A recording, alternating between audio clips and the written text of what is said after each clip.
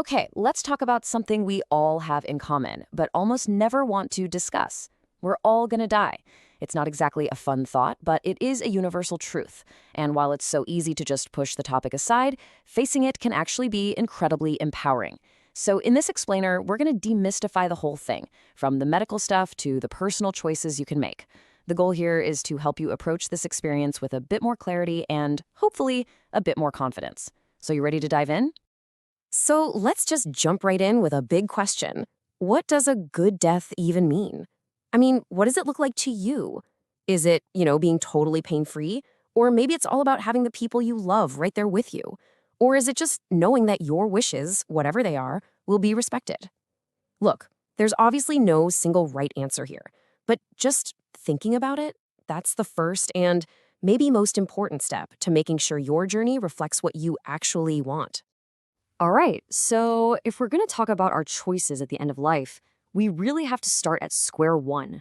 And here's something that might surprise you. What it actually means to be dead? Well, it's not as black and white as you think, especially now with all our modern medical tech. Think about it. For pretty much all of history, it was super simple, right? Your heart stopped, you stopped breathing, that was it. But now, we've got machines that can do the breathing and the pumping for us. So the whole game has changed. Today, the medical standard, the real definition, is something called whole brain death. And that means a total, complete, and irreversible shutdown of all brain activity. We're talking everything, including the brainstem. That's kind of like the body's main control panel. And let me tell you, declaring someone brain dead is not something doctors do lightly. It's an incredibly rigorous process with a super strict checklist. I mean, they're looking for a complete and total absence of brain function. No movement on their own, no breathing, no reflexes whatsoever. It's this incredibly detailed evaluation, and they often repeat it, sometimes over 24 hours, just to be absolutely 100% certain there is zero chance of recovery. So this ability to keep a body functioning even when the brain is gone, wow, that opens up some really big, really complex ethical questions, doesn't it? And that leads us directly into the topic of euthanasia. This is really a conversation about how we, as a society and as individuals, navigate the very end of life, especially when a terminal illness brings up tough questions about what quality of life really means. Okay, before we go any further, let's get on the same page about what euthanasia actually is. At its very core, it's about ending a life for reasons of mercy. It really only became a major topic because our medical technology got so good at extending life, but not always extending the quality of that life. And to really get a handle on the whole debate, it's super important to understand that it comes in a few different forms. All right, you can see the breakdown right here. Let's just quickly run through them. First, you have passive euthanasia. This is when a doctor, following the patient's wishes, withholds or stops a treatment. A common example is removing a ventilator. Then there's voluntary active euthanasia. That's when a doctor directly ends a patient's life, but only at their specific request. Assisted suicide is a little different. That's where the doctor provides the means, say a prescription, for the patient to end their own life. And finally, involuntary active euthanasia is when a life is ended without the person's permission. So as you can see, the huge critical differences always boil down to two things. Did the patient consent, and who performed the final act? Okay, so with all these complex scenarios, you're probably wondering, how on earth do I make sure my wishes are followed? Well, this is where we get practical. We're moving from the what if to the what to do. It's all about taking real, concrete steps right now so that your voice is heard later, even if you're not able to speak for yourself. And the number one tool for that is a living will. You might also hear it called an advance directive. Honestly, the best way to think about it is like a set of instructions for your future medical care. It's where you clearly spell out what treatments you would or would not want, like being put on life support. The whole point is to leave zero room for doubt.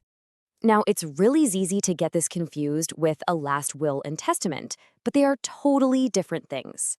Your last will, that kicks in after you've passed away. It's the document that says who gets your house, who gets your money, and, importantly, who's going to care for any minor children. It has absolutely nothing to say about your medical treatment while you're alive. Okay, but what about a situation you couldn't possibly have predicted? Something that isn't covered in your living will? Well, that's exactly why a power of attorney is so crucial. With this document, you name a specific person you trust. They're often called your healthcare proxy, who gets the legal authority to make those tough decisions for you. They literally become your voice, your advocate, in the hospital room. And this graphic here really helps put it all together. You can see how each piece of the puzzle fits.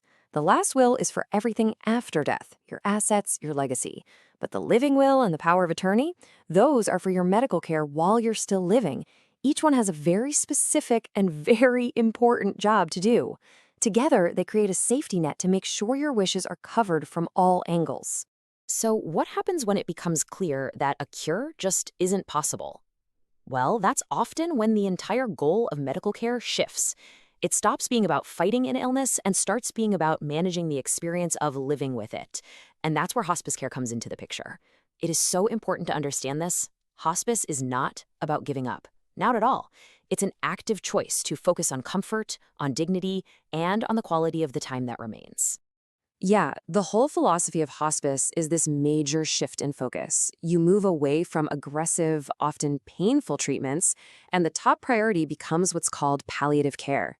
That just means managing pain, making sure the person is comfortable, and, this is key, supporting the entire family through the process.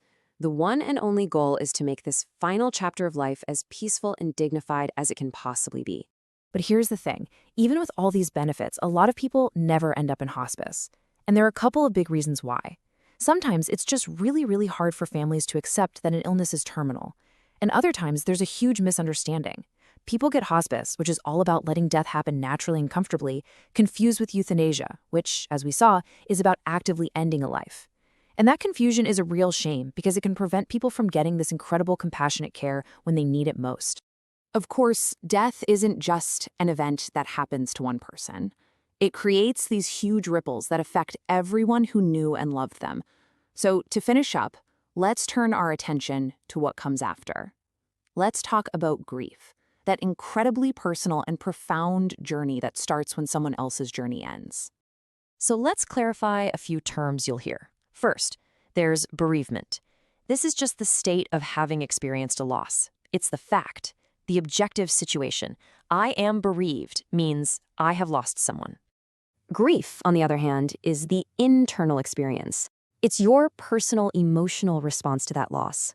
Grief is all the feelings swirling inside you, the sorrow, the anger, maybe guilt or confusion. It's the internal storm. And then you have mourning.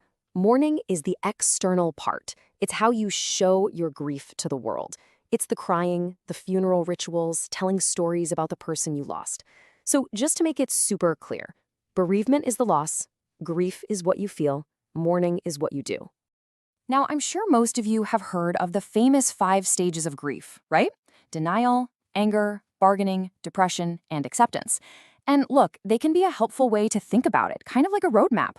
But it is so important to know that it's not a neat and tidy checklist. Grief is messy and it's unpredictable. You might bounce between stages, skip one entirely, or feel 3 of them on the same day. There's no right way to do it. The only thing to remember is that whatever you're feeling, it's normal and it's okay. So we've covered a lot of ground, haven't we? From the clinical definitions to the legal paperwork to the very human experience of grief. But all of this information, it isn't just trivia. It's a toolkit. It's designed to empower you. Think of it as the starting point for some of the most important conversations you'll ever have. Conversations that can bring real peace of mind to you and the people you care about. So I'll leave you with this question. Are you ready to start yours?